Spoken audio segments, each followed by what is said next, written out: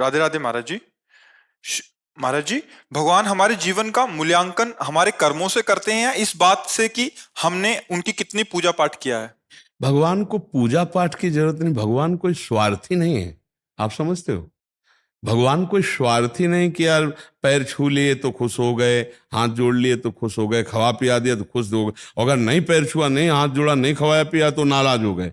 जो भगवान को गाली देते हैं, आज भी भगवान उनको वायु दे रहे हैं, पृथ्वी में रख रहे हैं, उनको जीवित रख रहे हैं। जो भगवान को गाली देते हैं, भगवान की निंदा करते हैं, समझ रहे हैं? इसमें हमारा भाव है कि जब हम परम पिता परमेश्वर में चित्त वृत्ति लगाते हैं तो सत चिंतन हुआ ना, सत चिंतन। तो हमारा सत विचार, सत क्रियाएं, सत चिंतन हमें सत्य की प्राप्ति कराती है। भगवान का स्वरूप है सत्य नारायण, सच्चिदानंद। सत स्वरूप है ना भगवान, और ये संसार है असत स्वरूप। तो हम असत से ही सत्य की प्राप्ति करते हैं, असत को साधन बना लेते हैं। जैसे असत शरीर है नाशवान, असत पदार्थ है, इनसे हम भगवान को जब भावपूर्वक ऐसे समर्पित करते हैं, जैसे एक पिता के चार पुत्र हैं, पिता ने गुलाब जामुन ला करके चारों को दिया। अब तीन खाने लगे। एक दौड़ के आया पापा की गोद में बैठ के, और पापा के ऐसे मुख में, पापा का हृदय कैसा होगा सोचो। लाके तो उसी ने दिया है, अब कैसा होगा? वो उसके हाथ से गुलाब जामुन लेगा और ऐसे करके अपने हाथ से पवाएगा, और सब बेटों से ज्यादा अधिक उसको प्यार करेगा, है ना? बस यही हमारा भोग लगाना होता है। मुझे प्रभु ने ही सब कुछ दिया है, पर हम जब उनको पहले बनाकर ऐसे, तो उनका दुलार मिलता है। जैसे वो पिता को उस पुत्र को दुलार मिल, वो वापस कर देते ना सब भगवान, हम ही को तो वापस कर देते, पाना तो हम ही को होता है। तो भगवान कोई स्वार्थी नहीं है कि आप उनकी पूजा करो तो प्रसन्न हो जाएंगे, आप उनको दंडवत करो तो प्रसन्न हो जाएंगे, नहीं तो नाराज हो जाए। नहीं, सत विचार, सत चिंतन, सत क्रिया, सत्य भगवान का आश्रय लेके करते तो भगवान प्रसन्न हो जाते हैं। और जब भगवान के विमुख होकर असत विचार, असत क्रिया, असत आचरण, तो हम भी जलते हैं और भगवान भी उनके लिए तिनकर काल रूप में भ्राता। जैसे एक पिता के पुत्र को पुलिस ने गिरफ्तार किया कि उसने किसी छोटी बच्ची के साथ बलात्कार करके उसको मार डाला। उसके पिता से पूछा गया कि तुम्हारा पुत्र ऐसा आचरण किया, तुम क्या चाहते हो? बोले यही चाहता हूं कि जल्दी से जल्दी उसे फांसी दी जाए और मैं कभी उसका चेहरा ना देखूं।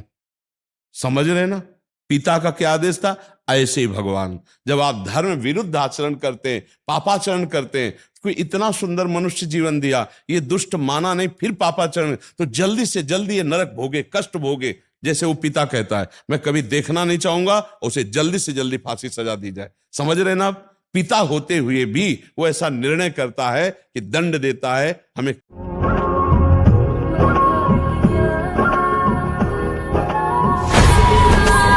हमें कष्ट देता है। भगवान स्वार्थी नहीं है।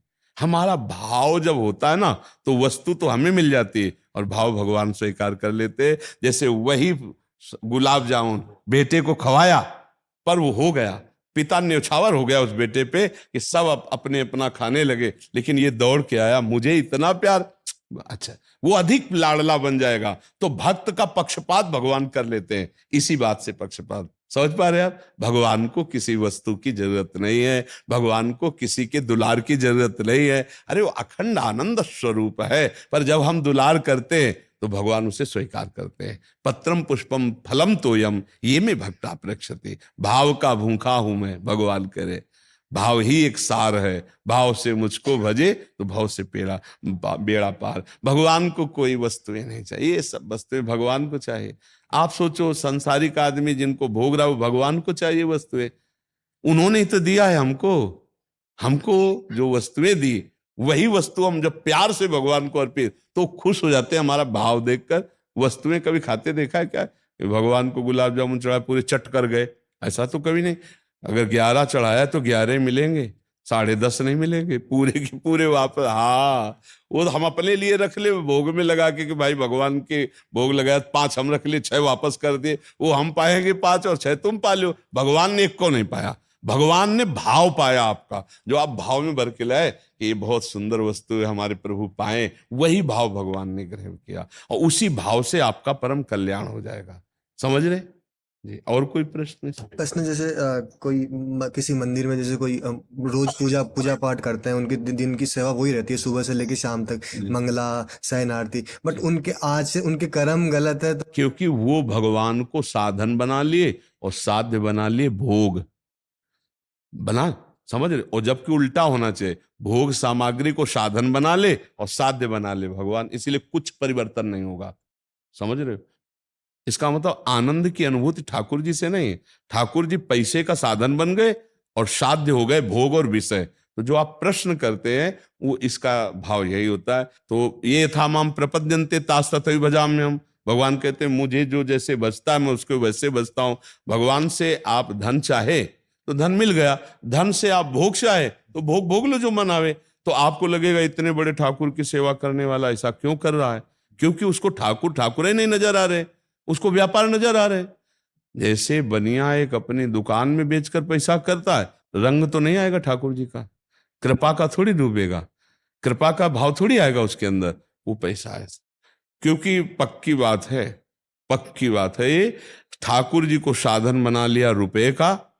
देखो इस बड़े महापुरुष ने कहा है, कबहू का मंदिर में बैठे भाव भगत ने जाने और पैसा नहीं को माने। कभी ठाकुर जी के मंदिर में बैठ जाते हैं ऐसे लोग, तो कबहों का प्रवक्ता हुए बैठे और शास्त्रों का पर रुपया ही को खींचे, वो बड़ा वेशधारी हरि को रसाले। एक पद में ऐसा लिखा है, तुम नाचे गावे भाव दिखावे काव्य करे चटकीली, साच बिना हरि हाथ ना आवे रहनी है सब ढीली, बिन विवेक वैराग्य भक्ति बिन सत्य न एको मानो, भगवत विमुख कपट चतुराई सो पाखंडे जानो। तो यही पाखंड भाई कि हम ठाकुर जी की सेवा कर रहे हो, हमें आनंद मिले किसी और की तरफ और कोई चाह रह जाए, ऐसे सब नहीं होते। पर जिनका लक्ष्य भगवान की प्राप्ति नहीं बना, जिनका लक्ष्य रुपया की प्राप्ति बना है, सच्ची मानिएगा वो भगवान को केवल धन का साधन मानते हैं और धन उनका लक्ष्य होता है और धन के द्वारा वो भोगों को भोगते हैं। ये बहुत गलत बात है, ये बहुत गलत बात। धन तो आएगा ही भैया, ठाकुर जी लक्ष्मी नारायण है, जब उनकी सेवा करोगे तो आएगा ही। पर साध्य भगवान को यदि मानेंगे तो गंदे आचरण नहीं होंगे, गंदा व्यवहार नहीं होगा। अगर आचरण गंदे हैं, मतलब खान पान गंदा, आचरण गंदे, तो उसने भगवान को केवल व्यापार माना है, धन प्राप्ति के लिए भगवान को भगवान नहीं माना। तो जैसा मानोगे वैसे ही भगवान अनुभव में आएंगे, जैसा मानोगे आप वैसे भगवान अनुभव में आएंगे। ये था माम प्रपद्यन्ते तास तथैव भजामि। सच पा रहे आप? इसीलिए परिवर्तन नहीं दिखाई देगा और आपको लगेगा कि भगवान में सामर्थ्य नहीं है क्या? नहीं, भगवान में सामर्थ्य है पर उसके भावे नहीं है। वो केवल भगवान से यही चाह रहा है, वो भगवान को चाह ही नहीं रहा है, भगवान से मतलब ही नहीं है, तो इसलिए लाभ नहीं मिल रहा। ऐसे पुरुष पे हमारा क्या भाव होना चाहिए? जैसे हम वहां जाते हैं और हमको उससे क्या मतलब, वो उसका भाव, हमको अपना भाव रखना चाहिए भगवान से। भैया वो अपनी बिगाड़ रहा है तो हम उसके प्रति क्यों बिगाड़े? हमें उससे मतलब ही नहीं है, हमें तो ठाकुर जी से मतलब है। गए दर्शन के, भोग लगवाया तो वो भोग लगा रहा है, 150 उसको भी दे दिए, ठाकुर जी को दे। हमको अपना सुधारना, हमको बिगाड़ना थोड़ी। वो करेगा वो भुगतेगा, हम तो देख रहे हैं ना कि हमारी सेवा पहुंचा रहा है ठाकुर जी तक, बस हमको अपने काम से मतलब। हमें परदोष दर्शन नहीं करना, पर निंदा नहीं करना। हाँ वो हमारा मित्र हो और हमारी सीख समझे तो हम समझा सकते हैं कि भाई हम संतों से सुना है कि ये काम गलत है, आप इसको ठीक कर लो। आप ऐसा बोलोगे तो आपको द्वेष भाव से आपको भगा दिया जाएगा, नहीं भगा दिया जाएगा। तो मुझे लगता है हमको अपना काम बनाना चाहिए।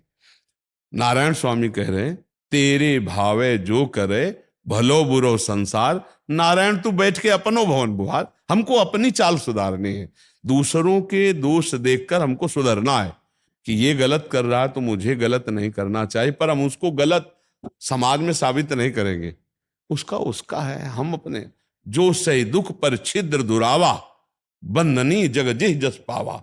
दूसरों के दोष देखकर हमको सुधार करना कि मेरे में गलती ना हो, पर हम दूसरों के दोष साबित करके उसे इनकी निंदा अगर किए तो हम भी गंदे हो जाएंगे, हमारा मार्ग छूट जाएगा। आप समझ पा रहे हैं?